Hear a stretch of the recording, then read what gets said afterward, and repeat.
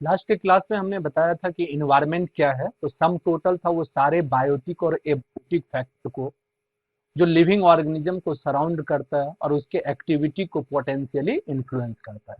और हमने आपको दिखाया था कि वो कौन से बायोटिक और एबायोटिक फैक्टर थे, वो सब हमने जिक्र कर लिया था। आज जो हमें करना है, इन्वायरमेंट को क्लासिफाई कर रहा हूँ दो स्केल पे, एक टाइम स्केल होगा और एक स्पेस स्केल। तो हम लोग सबसे फर्स्ट लिख रहे हैं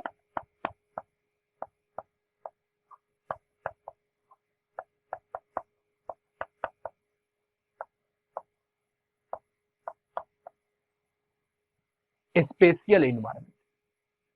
ये क्या है? Environmental condition on basis of space scale. Environmental condition on basis of space scale यानी कितने एरिया से इंटरेक्ट करते हैं। जैसे मैं एग्जांपल देता, bacteria interact with water and air with in fraction of cubic centimetre. Bacteria तो काफी माइक्रोस्कोपिक होते हैं, तो काफी फ्रैक्शन ऑफ क्यूबिक सेंटीमीटर से ही इंटरेक्ट करता है। जबकि एक tree interact with large volume of air, water and soil on large space scale. Spatial environment क्या है? कितने एरिया से इंटरेक्ट करता है। Environmental condition on basis of space scale यानी कितने एरिया से इंटरेक्ट करता है। सीधी बात बताऊं तो स्पेशियल इन्वायरमेंट बॉडी साइज को रिप्रेजेंट करता है। जितना बड़ा बॉडी साइज होगा उतने ही एरिया से इंटरेक्ट करेगा। जैसे मैं बैक्टीरिया की बात बताया, बहुत छोटा सा है तो उतने ही एरिया से, यानी उसका स्पेस स्केल इन्वायरमेंट बहुत ही कम। जैसे ट्री की बात करते हैं, उसका स्पेस स्केल इन्वायरमेंट बहुत ही ज्यादा होगा क्योंकि बड़े से एरिया से इंटरेक्ट करता है। एक है टाइम स्केल इन्वायरमेंट।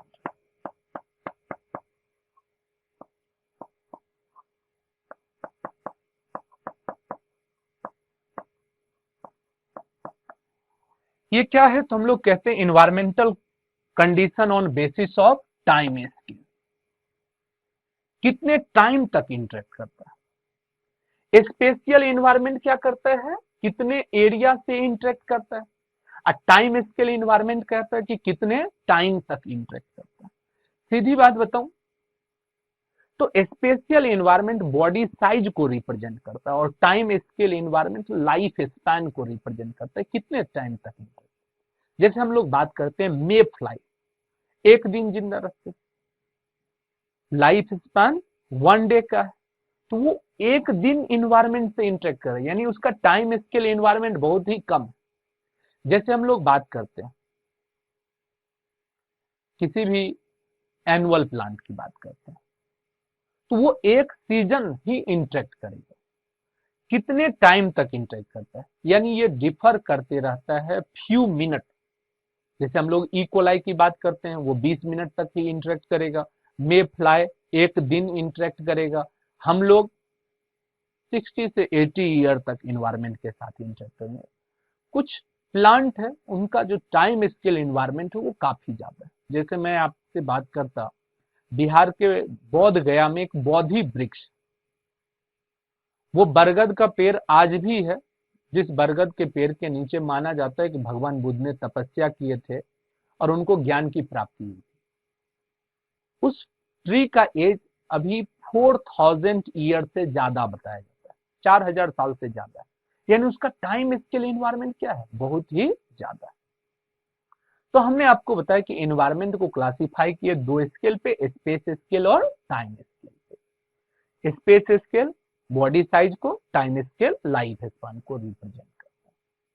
हम लोग एक छोटी छोटी चीज दो तीन और पढ़ते हैं। एक है वेदर।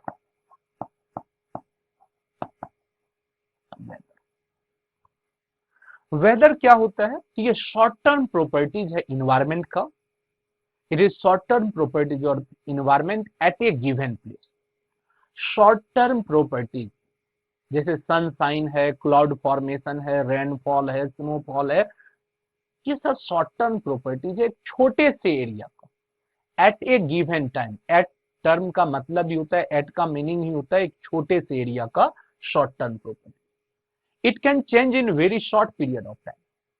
बहुत कम टाइम में ये बदल जाता है।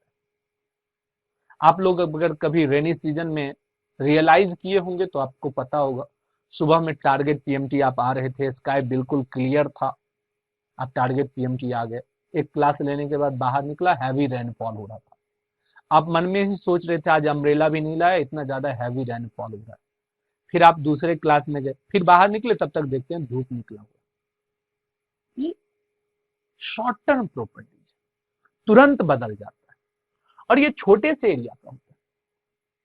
कभी आप ऐसा देखिएगा कि जनकपुरी में रेनफॉल हो रहा है, पता चला द्वारका में बिल्कुल धूप निकला हो, कभी रोहिणी में रेनफॉल हो रहा है तो कनॉट प्लेस में धूप निकला हो। छोटे से एरिया का शॉर्ट टर्म प्रॉपर्टीज है, इसी को हम लोग वेदर कहते हैं। एक है, इसी को हम लोग मौसम हिंदी में कहते हैं, और लोग सॉन्ग में भी आपने सुना होगा, लोग कहते हैं मौसम के तरह तो नहीं बदल जाओगे, because it can change in very short period of time. एक टर्म है क्लाइमेट, इसको हम लोग बोलते हैं जलवायु। क्लाइमेट क्या है, तो हम लोग कहते हैं it is average weather of an area, किसी भी एरिया का average weather, which include general pattern of seasonal variation, weather extreme and average over the large geographical area. Climate average weather है जो इंक्लूड करता है किस चीज को, general pattern of seasonal variation, summer autumn spring winter आना, वो भी क्लाइमेट में इंक्लूड होता है। वेदर का एक्सट्रीम होना, यानी एक्सट्रीम समर होना, एवरेज समर होना, एक्सट्रीम विंटर होना, एवरेज विंटर होना, इसको भी इंक्लूड करता है over the large geographical area. फिर हम लोग दूसरी बात कहते हैं कि टेम्परेचर एंड प्रेसिपिटेशन। प्रेसिपिटेशन का मतलब हमने बताया था रेनफॉल और स्नोफॉल। तो टेम्परेचर एंड प्रेसिपिटेशन ये दो मेन फैक्टर है विच determine the climatic condition of an area, जो क्लाइमेटिक कंडीशन, किसी भी एरिया के क्लाइमेटिक कंडीशन को डिटरमाइन करता है। It can change but over the long geological time period. Climate भी बदलता है, लेकिन इसमें काफी ज्यादा टाइम लगता है। देखिए दोनों में डिफरेंस क्या है। वेदर क्या है, शॉर्ट टर्म प्रॉपर्टीज, एक छोटे से एरिया का शॉर्ट टर्म प्रॉपर्टीज है। क्लाइमेट क्या है, एक बड़े से एरिया का एवरेज वेदर, जो इंक्लूड करता है general pattern of seasonal variation को, वेदर के एक्सट्रीम, एवरेज, इन सब चीजों को इंक्लूड करता है।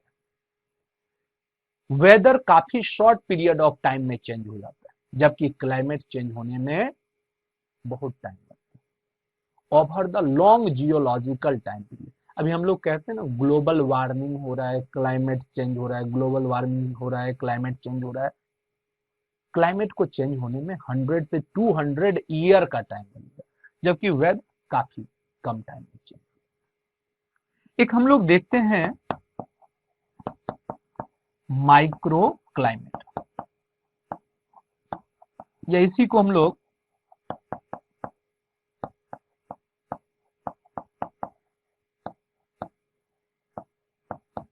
माइक्रो इन्वायरमेंट कहते हैं।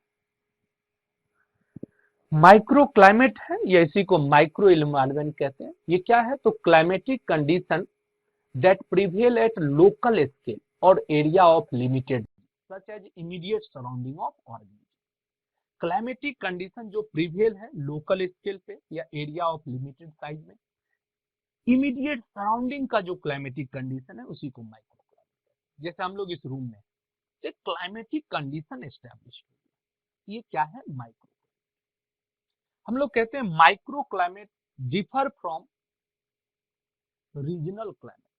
जैसे इस रूम से बाहर, बिल्डिंग से बाहर हम लोग रोड की बात करते हैं, रोड पे जो क्लाइमेटिक कंडीशन है ना वो रीजनल क्लाइमेट, और इस रूम के अंदर में जो है ये माइक्रो क्लाइमेट। तो जनरली माइक्रो क्लाइमेट डिफर करता है रीजनल क्लाइमेट के साथ, डिफर करता है।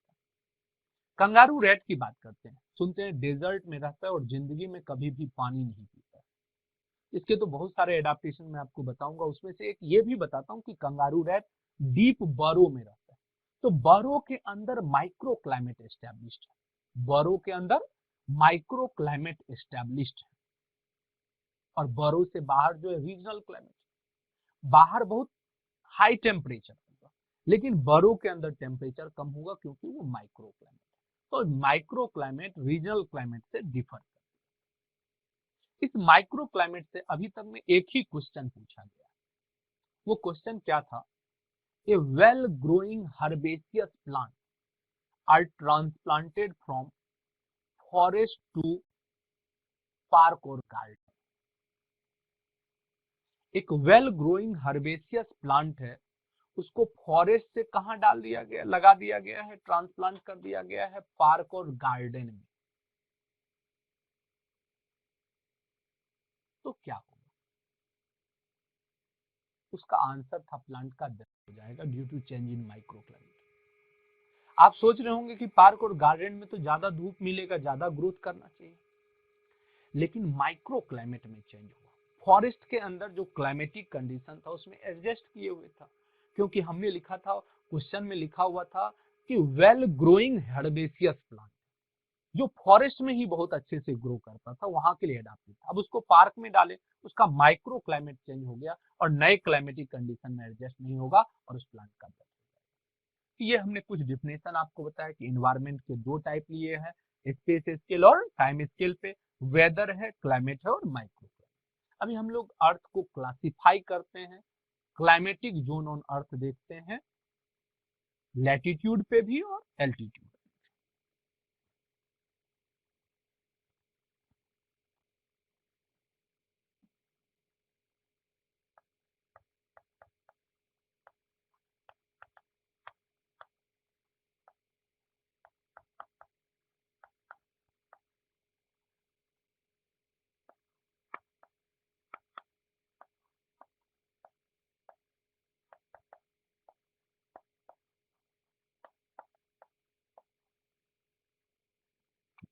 ऑन बेसिस ऑफ पहले लैटिट्यूड।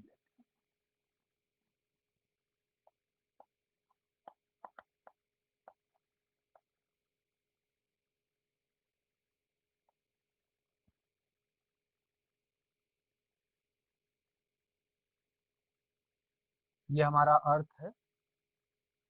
ये सब ज्यादा अच्छा तो ज्योग्राफी वाले सब बताते हैं, फिर भी हम लोग थोड़ा कोशिश करते हैं। इसके ऊपर बहुत सारे इमेजिनरी लाइन पास करते हैं। ये अपना अर्थ है, इसके ऊपर में बहुत सारे इमेजिनरी लाइन पास करते हैं। एक इमेजिनरी लाइन अर्थ के बिल्कुल सेंटर से पास करता है।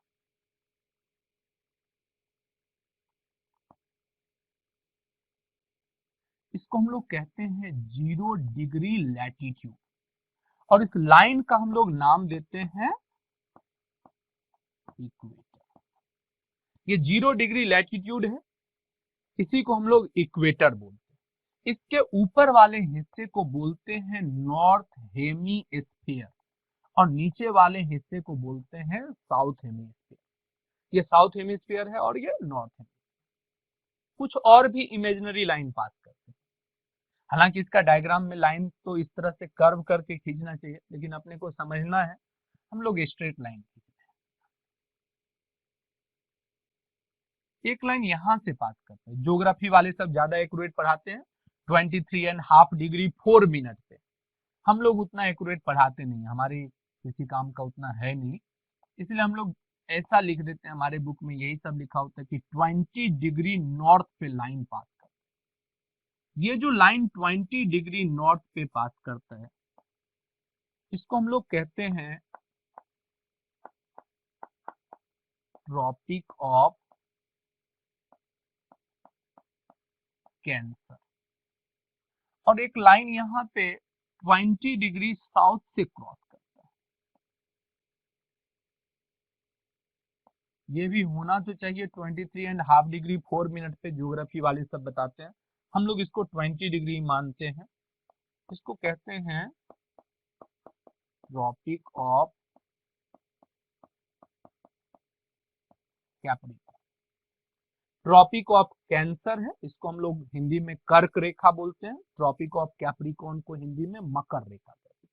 ये सब इमेजिनरी लाइन है, वर्चुअल लाइन है। मैं बार बार यही कहना चाहता हूँ, कोई ट्रू लाइन नहीं है, एक्चुअल लाइन नहीं है, वर्चुअल लाइन। एक और लाइन यहां से पास करता है,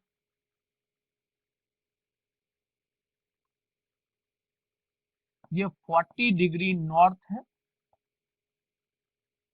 और एक लाइन यहां से पास करता है, ये 40 डिग्री साउथ। एक लाइन यहां से पास करते हैं, 60 डिग्री नॉर्थ है और ये 60 डिग्री साउथ, और ये है 80 डिग्री साउथ और ये है 80 डिग्री। ज्योग्राफी पढ़ाने वाले सब 90 डिग्री तक जाते हैं और वो मानते हैं अर्थ स्फेरिकल है। अपने बुक सब में ये 20 डिग्री पे ही होता है, तो हमने वही लिख दिया ये सारा। अब देखिए 0 डिग्री टू 20 डिग्री लैटिट्यूड, इसको बोलते हैं tropical zone. 20 degree to 40 degree इसको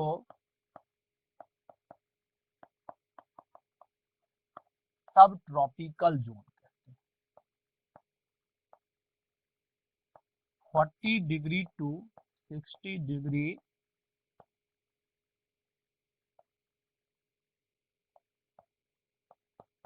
लैटिट्यूड है,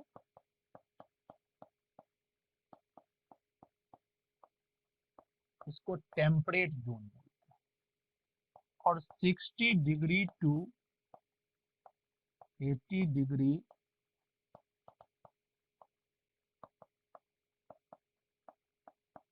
आर्टिक, इसी को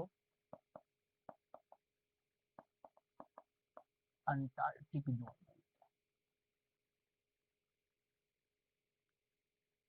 0 डिग्री से 20 डिग्री को ट्रॉपिकल जोन, 20 से 40 को सब ट्रॉपिकल, 40 से 60 को टेम्परेट और 60 से 80 को आर्टिक नहीं तो अंटार्कटिक जोन। एक क्वेश्चन पूछा जाता है कि इंडिया किस जोन में लोकेटेड है, तो मैं लिख देता हूं यहां पे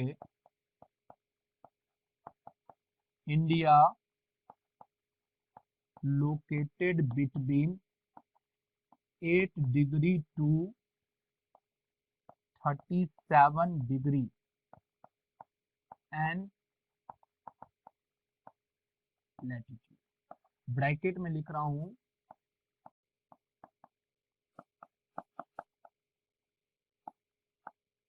सब ट्रॉपिकल। और एक चीज और लिख ही देता हूं, 1 डिग्री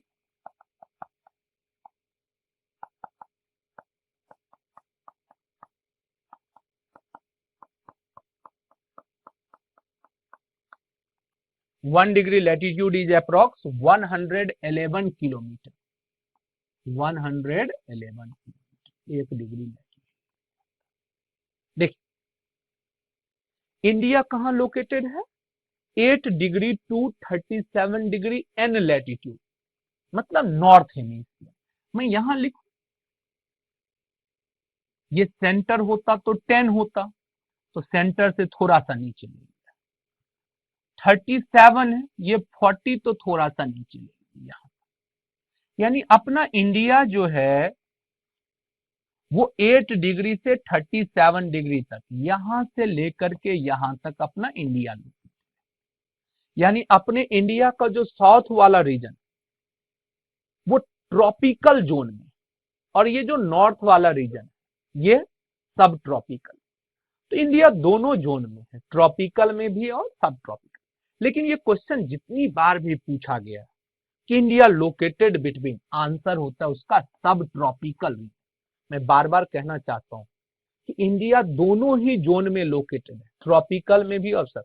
ये जो ट्रॉपिक ऑफ कैंसर है, जो कर्क रेखा है, अपने इंडिया के बिल्कुल मिड से पास करता है, 7 स्टेट होते हुए गुजरता है, मध्य प्रदेश से गुजरता है। तो मध्य प्रदेश के नीचे वाला जो रीजन है वो ट्रॉपिकल में, अब मध्य प्रदेश से ऊपर वाला जो दिख रहा है इसमें, ये किस में, सब ट्रॉपिकल। लेकिन ये क्वेश्चन जितनी बार भी पूछा गया है हमें आंसर सब ट्रॉपिकल करना पड़ता है।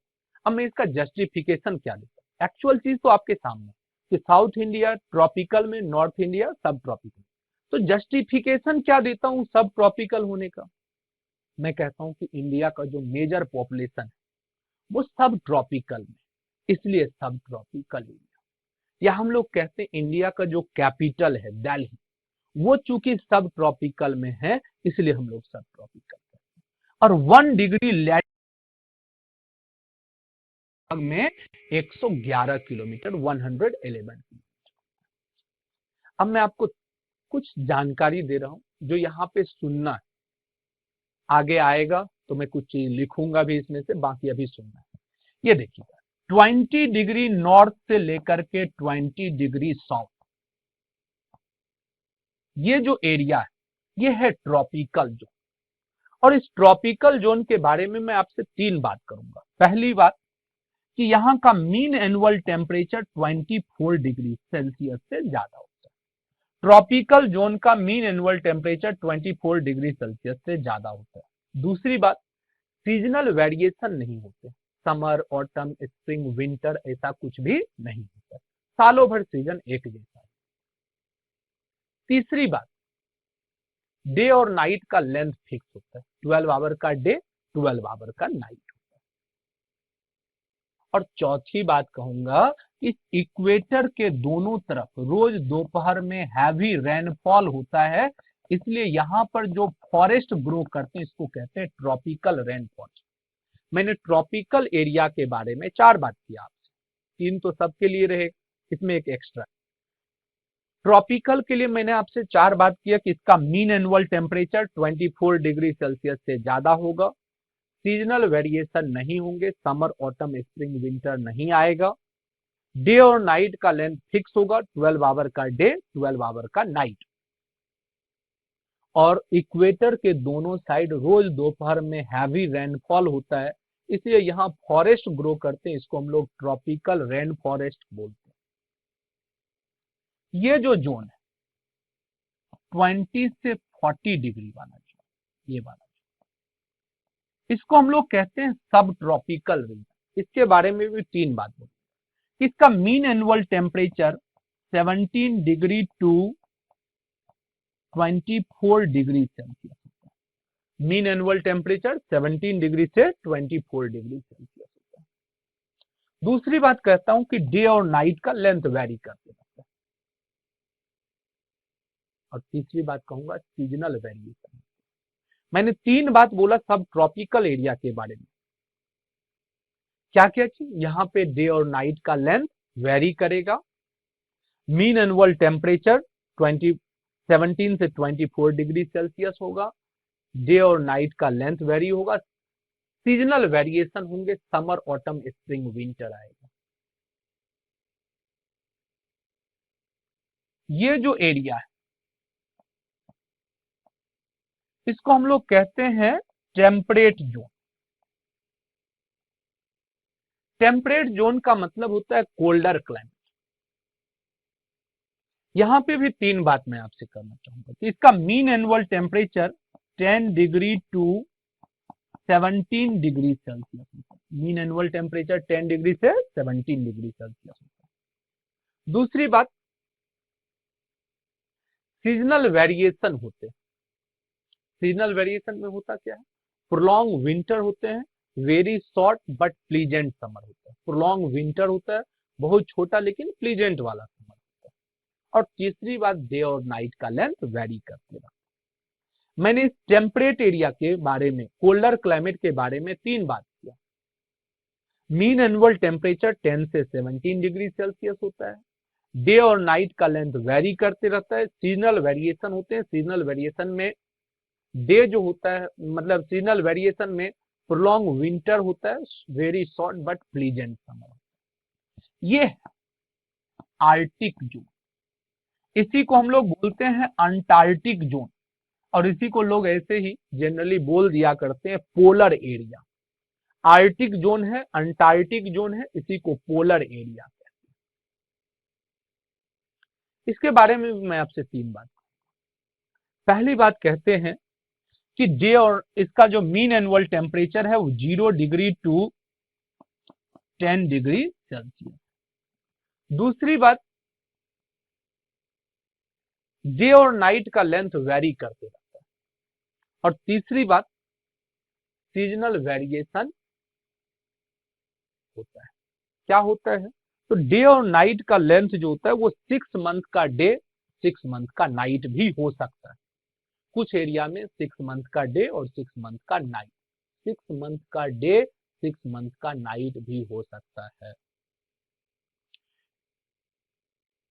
जब नाइट होगा तो एक्सट्रीम विंटर होगा, डे होगा तो माइल्ड विंटर होगा।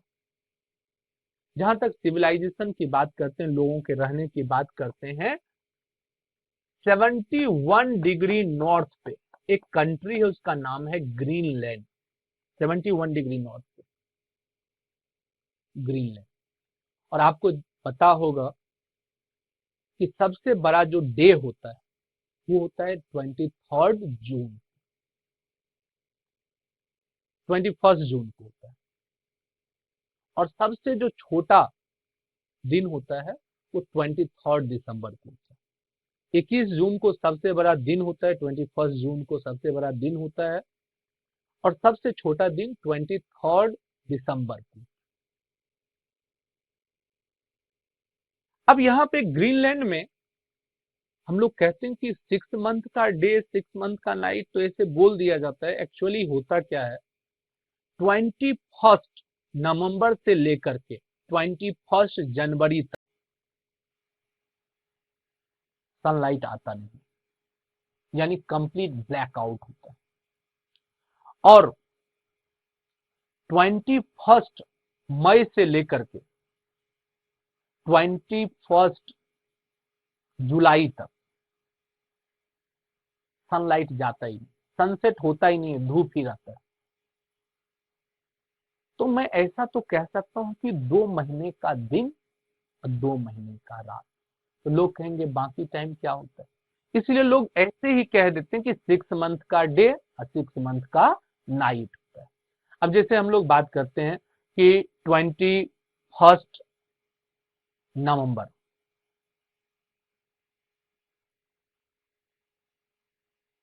21 नवंबर से ब्लैकआउट शुरू हुआ 21 जनवरी तक। उसके बाद धूप जो आएगा, सनलाइट जो आएगा, वो 1 से 2 घंटे के लिए आज दिखेगा, कल 2-3 घंटे के लिए दिख जाएगा, धीरे धीरे टाइम बढ़ती जाता है। इसलिए लोग कह देते हैं जनरली कि 6 मंथ का डे और 6 मंथ का नाइट भी इस एरिया में मिलते हैं, कुछ जगह पे होते भी होंगे। इस एरिया में जो लोग रहते हैं उनको हम लोग कहते हैं एस्कीमो, और उनके पास ग्लेशियर का घर होता है, उसको कहते हैं इग्लू। उनके पास कुत्तों का गाड़ी होता है, उसको कहते हैं स्लेज। आप लोगों ने ज्योग्राफी सब में पढ़ा होगा कि जो पोलर एरिया में लोग रहते हैं उसको हम लोग इग्लू कहते हैं, उसको हम लोग एस्किमो कहते हैं। उनके पास ग्लेशियर का घर होता है, उसको इग्लू कहते हैं, और उनके पास कुत्तों का गाड़ी होता है, वो स्लेज होता है। चलिए ये बात तो समझ में आया कि पोलर एरिया में ह्यूमन तो किसी तरह रह लेगा, मैमल जो होंगे वो हाइबरनेट कर लेंगे, लेकिन बर्ड्स क्या करेंगे 6 मंथ तक? कुछ नहीं, वो माइग्रेशन शो करेंगे, यहां से उड़ करके यहां आएंगे। जब यहां रात होने लगेगा वापस ये बर्ड वापस माइग्रेट करती जाएगी। इसको कहते हैं आर्टिक टर्म, इसको कहते हैं आर्टिक टर्म। कोई भी बर्ड साल में 2 बार, जो पोलर एरिया में रहने वाली बर्ड होती है, साल में 2 बार आर्टिक टर्न करती है। ये ज्यादा डिस्टेंस नहीं है, सिर्फ हम लोग कहते हैं 17,500 से ज्यादा किलोमीटर है, 17,500 से ज्यादा किलोमीटर है। और बर्ड नॉर्थ पोल से उड़ करके साउथ पोल आती है, साउथ पोल से वापस नॉर्थ पोल पे जाती है।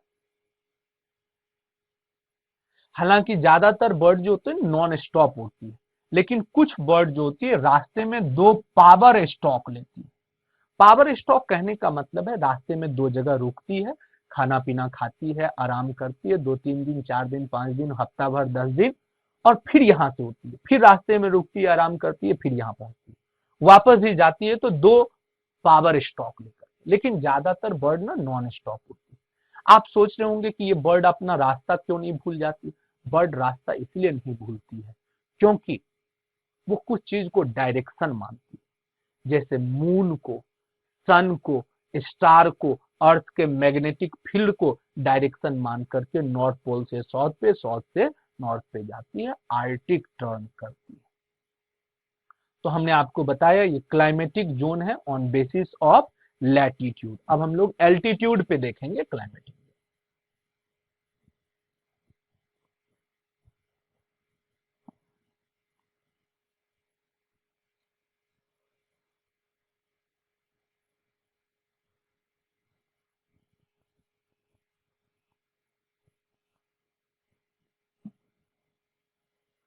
यहाँ बी में है on basis of altitude. Altitude का मतलब है height.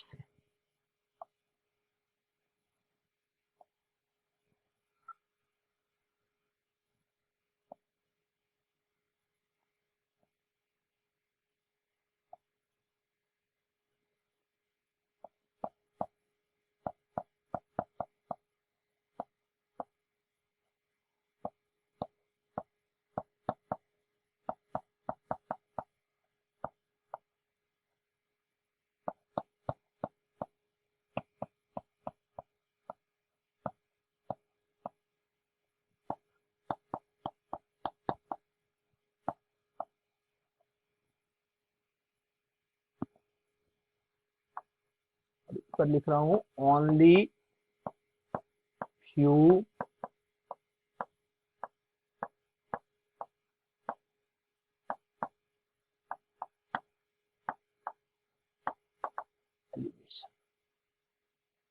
On basis of altitude, height के ऊपर, प्लेन से माउंटेन के ऊपर, ये चीज।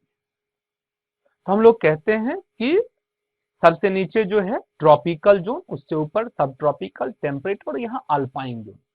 लैटिट्यूड पे ये तीन जोन कॉमन ही था, ट्रॉपिकल, सब ट्रॉपिकल और टेम्परेट जोन, और उसमें आर्टिक और अंटार्कटिक आया था। यहाँ पे क्या आ गया है, अल्पाइन जोन। यानी तीन जोन का नाम सेम है, चौथे का नाम बदल जाता है एल्टीट्यूड। यानी प्लेन से माउंटेन पे। यहाँ क्या लिखा हुआ है, only few thousand metre elevation, कुछ ही हजार मीटर ऊपर जाने पे, यानी सीधी बात बताऊं कुछ किलोमीटर ऊपर जाने पे सारे जोन के दर्शन हो जाते हैं। ये एल्टीट्यूड। एक मैं बहुत इंपॉर्टेंट बात आपसे करना चाहूंगा, वो ये है कि ऑन बेसिस ऑफ लैटिट्यूड, जो हमने पहले पढ़ा था, on basis of latitude there is very slow change in climatic condition, but on basis of altitude there is very rapid change in climatic condition. Altitude पे क्लाइमेटिक कंडीशन तुरंत बढ़े। आप कभी एरोप्लेन जर्नी किए होंगे, तो बीच जर्नी में pilot बताता भी है कि अभी हम लोग जमीन से लगभग में इतने फीट की ऊंचाई पे, अप्रोक्स 10 किलोमीटर के हाइट पे, 10 किलोमीटर के हाइट पे, और बाहर का टेम्परेचर वो बताए होंगे 50 से 60 डिग्री माइनस में, -52 degree Celsius, -54 degree Celsius, -56 degree Celsius, ऐसे माइनस में 50 से 60 डिग्री बताएंगे। देखिए जमीन से 10 किलोमीटर ऊपर जाने से, सिर्फ 10 किलोमीटर हाइट जाने से टेम्परेचर माइनस में 50 डिग्री हो गया, जबकि लैटिट्यूड में 10 या 100 किलोमीटर जाने पे भी इतना ज्यादा टेम्परेचर में चेंजेज नहीं होगा। क्लाइमेटिक कंडीशन इतना रैपिड चेंज नहीं होता है जितना रैपिड एल्टीट्यूड में होता है। यानी कहने का मतलब है एल्टीट्यूड में क्लाइमेटिक कंडीशन काफी तुरंत बदलते हैं, वेरी रैपिड चेंज होता है क्लाइमेटिक कंडीशन में, जबकि लैटिट्यूड में काफी स्लो चेंज होते हैं क्लाइमेटिक कंडीशन में। अब मैं आपको एक दो, ये तो क्लाइमेटिक जोन था अर्थ पे, लैटिट्यूड और एल्टीट्यूड के ऊपर, आपको मैं एक दो छोटी छोटी बात बताऊं, एक दो डिफिनेशन हम लोग देखते हैं। सबसे फर्स्ट तो है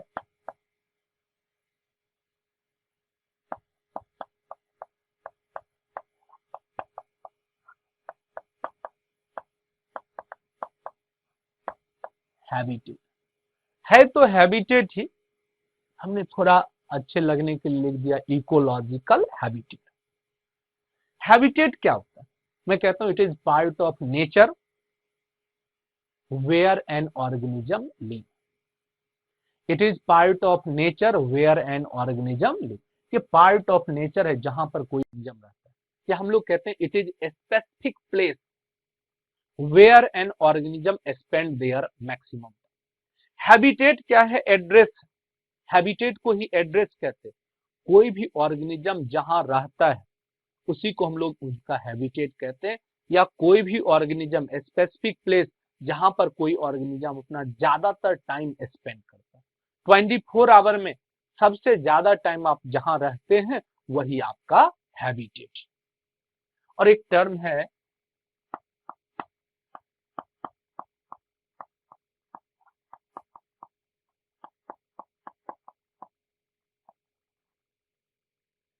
इकोलॉजिकल निच या निश बोलते हैं इसको। इकोलॉजिकल निच या निश बोलते हैं। ये एक्चुअली लैटिन वर्ड है, और ये टर्म किसने दिया है?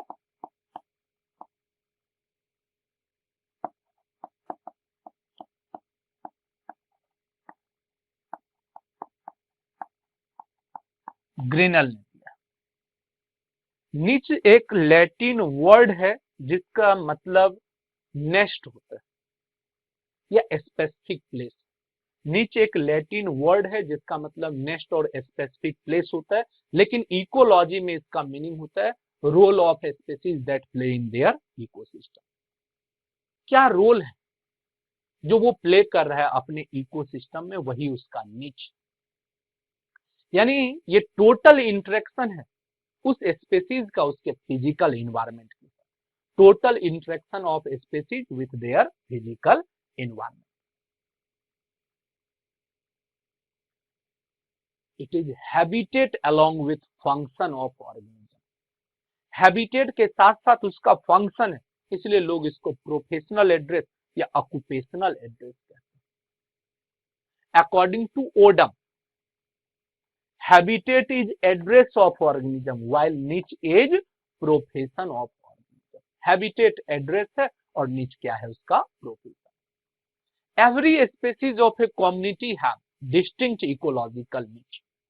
जितने भी स्पेसीज होते हैं कम्युनिटी में, सबका एक डिस्टिंक्ट इकोलॉजिकल निच होता है। Two different species of a community can not have exactly same ecological and they live together permanently. दो डिफरेंट स्पेसीज का निच एग्जैक्टली सेम हो और दोनों एक साथ लंबे टाइम तक रहे, ऐसा नहीं हो सकता। मैंने क्या बोला?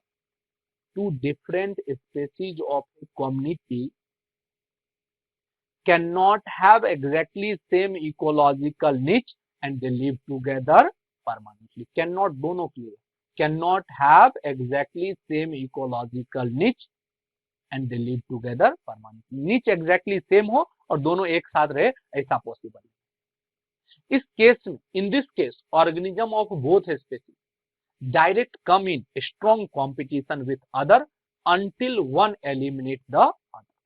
वो एक दूसरे के साथ स्ट्रॉन्ग कॉम्पिटिशन में आता है और वो तब तक कॉम्पीट करते रहता है जब तक एक दूसरे को एक्सक्लूड नहीं कर दे। इसी को प्रिंसिपल ऑफ कॉम्पिटिटिव एक्सक्लूजन बोलते हैं, जो किसने दिया है? गॉस। अब मेरी बातों को एक बार दोबारा से सुन लीजिए, बहुत ही इंपॉर्टेंट है ये निच। इकोलॉजिकल निच या निच क्या है, एक बार फिर से सुनते हैं। एक लैटिन वर्ड है जिसका मतलब होता है नेस्ट या specific place.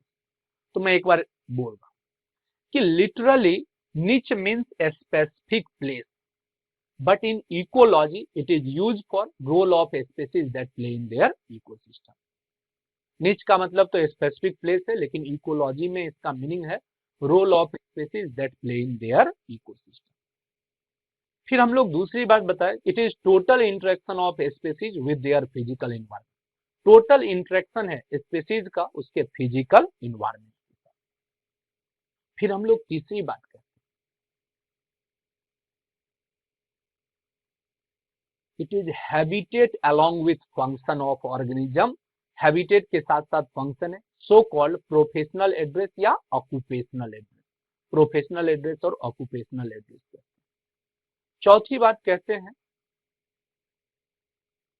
According to Odum, habitat is address of organism while niche is profession of organism.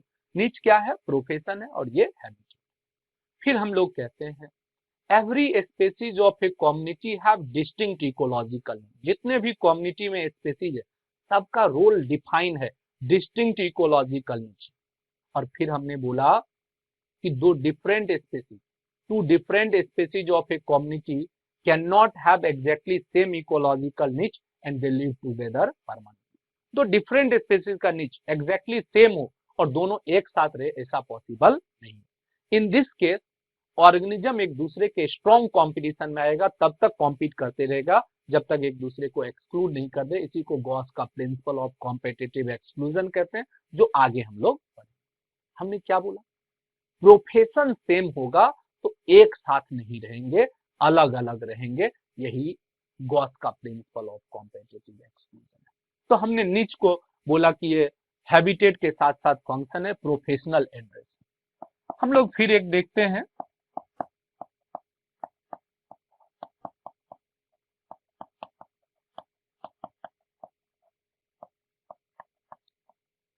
Ecological equivalence.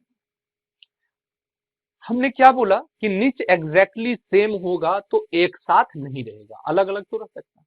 वही ये क्या है, इकोलॉजिकल इक्विवेलेंस क्या है? तो organism of two different species occupying the same or similar ecological niche but in different geographical area।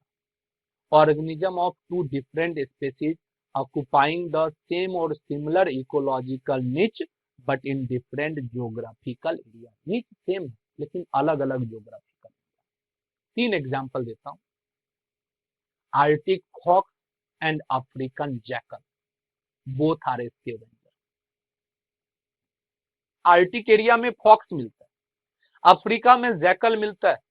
दोनों का area अलग है, ज्योग्राफिकल एरिया अलग है, लेकिन दोनों का काम एक ही है, मरे हुए जानवर को खा करके एरिया को साफ करता है, यानी बोथ स्कैवेंजर का रोल प्ले करता है।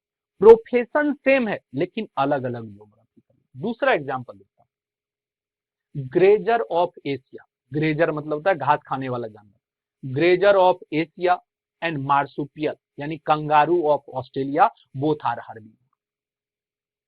आप लोग इवोल्यूशन पढ़े होंगे या पढ़िएगा, उसमें बताया जाएगा कि पहले अर्थ ना एक ही लैंड मास हुआ करता था, बाद में वो दो में सेपरेट हुआ। एक का नाम लोरेसिया था, एक का नाम गोंडवाना था।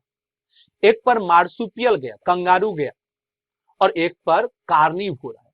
जिस पर मार्सुपियल गया, कंगारू गया, उससे ऑस्ट्रेलिया बना, और जिस पर कार्निवोर आए उससे अलग अदर कॉन्टिनेंट बने। यानी ऑस्ट्रेलिया में कार्निवोर नहीं रहा और किसी अदर कॉन्टिनेंट में कंगारू नहीं रहा। तो जो काम ऑस्ट्रेलिया में कंगारू करता है वही काम बाकी कॉन्टिनेंट में या एशिया में ग्रेजिंग एनिमल करते हैं। दोनों का रोल सेम है लेकिन अलग अलग ज्योग्राफिकल एरिया में, इसी को कहते हैं इक्विवेलेंस। और तीसरा एग्जांपल देना चाहूं, जैसे हम लोग बात करते हैं, both owl and cat feed on rat but in different area. Owl भी रैट को खाती है, कैट भी रैट को खाती है, लेकिन अलग अलग एरिया में। आउल कहां खाती है? खेत में, खलिहान में, फॉरेस्ट में। कैट कहां रैट को खाती है? ह्यूमन के हैबिटेट के पास। रोल सेम है लेकिन अलग अलग ज्योग्राफिकल एरिया में। तो ये क्या है, एक दूसरे के इक्विवेलेंट। जैसे हम लोग बात करते हैं, प्रोफेशन सेम है लेकिन अलग अलग geographical area. Botany faculty target PMT का और बॉटनी फैकल्टी किसी और कोचिंग का, हम लोग कहेंगे ये दोनों भी एक दूसरे के क्या है, इक्विवेलेंस है। प्रोफेशनल सेम है, प्रोफेशन सेम है लेकिन अलग अलग कोचिंग में, तो ये इक्विवेलेंस। लेकिन हमने आपको तीन एग्जांपल दिया, वो इकोलॉजिकल इक्विवेलेंस। एक हम लोग देखते हैं रिसोर्स पार्टीशन।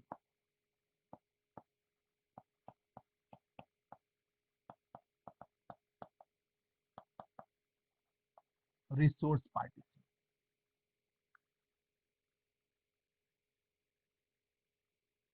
हमने आपको बताया कि गॉस का प्रिंसिपल ऑफ कॉम्पिटिटिव एक्सक्लूजन क्या कहता है, दो स्पीशीज का निच एग्जैक्टली सेम होगा तो एक साथ नहीं रहेगा, क्योंकि इस केस में एक दूसरे के स्ट्रॉन्ग कंपटीशन में आएंगे, तब तक कॉम्पीट करते रहेंगे जब तक एक दूसरे को एलिमिनेट नहीं कर दे, उसी को प्रिंसिपल ऑफ कॉम्पिटिटिव एक्सक्लूजन कहते हैं। लेकिन मैं आगे आपको पढ़ाऊंगा कि गॉस का प्रिंसिपल ऑफ कॉम्पिटिटिव एक्सक्लूजन हमेशा सही नहीं है। हाँ, उस टाइम पे जरूर सही है जब रिसोर्स क्या हो, लिमिटेड। कोई भी ऑर्गेनिज्म एक दूसरे को एक्सक्लूड नहीं करना चाहता, तो वो क्या करना चाहता है, रिसोर्स पार्टीशन करना। ये क्या है रिसोर्स पार्टीशन, पहले मैं डिफिनेशन बोल देता हूँ, फिर मैं आपको समझाता हूँ। When organism of two different species compete with each other for same resource. When organism of two different species compete with each other for same resource, then they avoid competition by choosing instant different time for feeding or different feeding pattern या foraging pattern। जब दो species के organism आपस में compete करते हैं same resource के लिए, तो वो अपने कॉम्पिटिशन को अवॉइड करता है by choosing instant different time for feeding या डिफरेंट फीडिंग पैटर्न। आप लोग इवोल्यूशन में पढ़िएगा और मैं भी आपको पढ़ाऊंगा।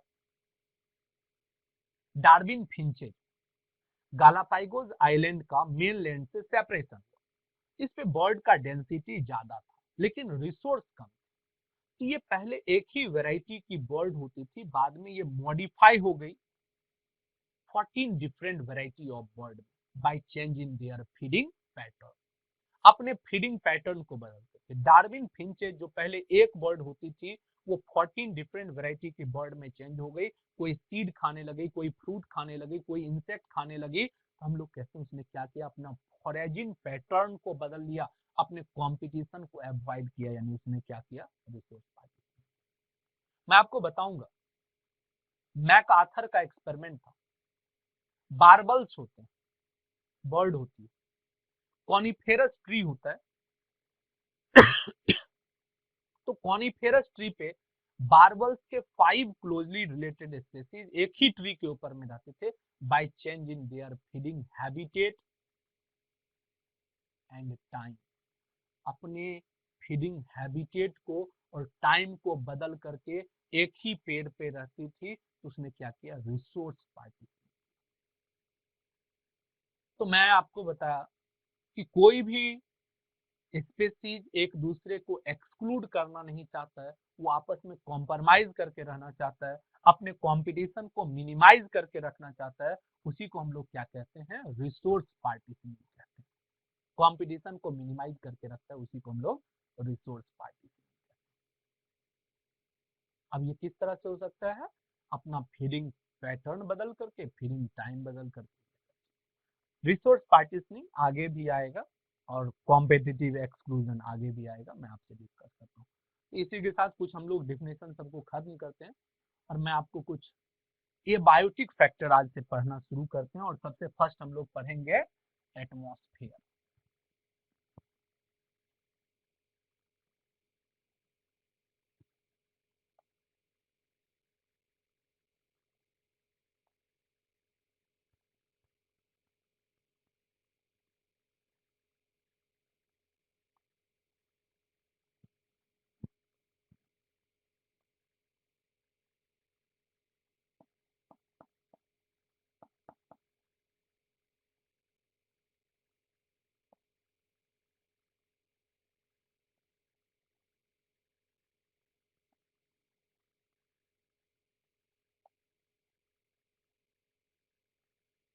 ये बायोटिक फैक्टर में सबसे फर्स्ट हम लोग हेडिंग बनाते हैं, 1 नंबर में है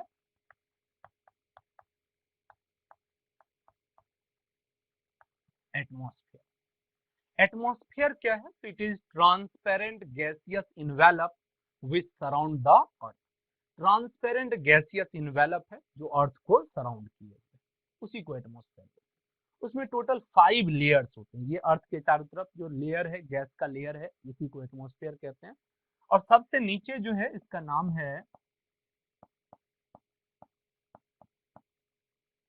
ट्रोपोस्फियर, ये है स्ट्रेटोस्फियर,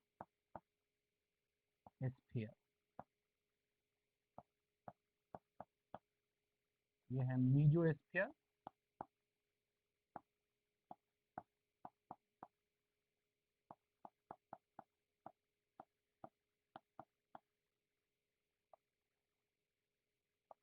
और ये है एक्सोस्फीयर। इसके बाहर जो है उसको हम लोग बोलते हैं स्पेस। इसका जो हाइट होता है ट्रोपोस्फीयर का हाइट अर्थ से 8 टू 16 किलोमीटर।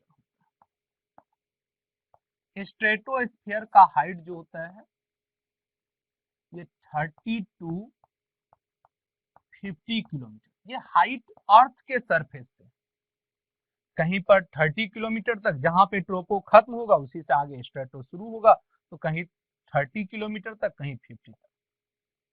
इसका हाइट होता है 80 टू 100 किलोमीटर और इसका हाइट होता है 520 किलोमीटर और इसका हाइट होता है अर्थ के सरफेस से लगभग में 1000 किलोमीटर।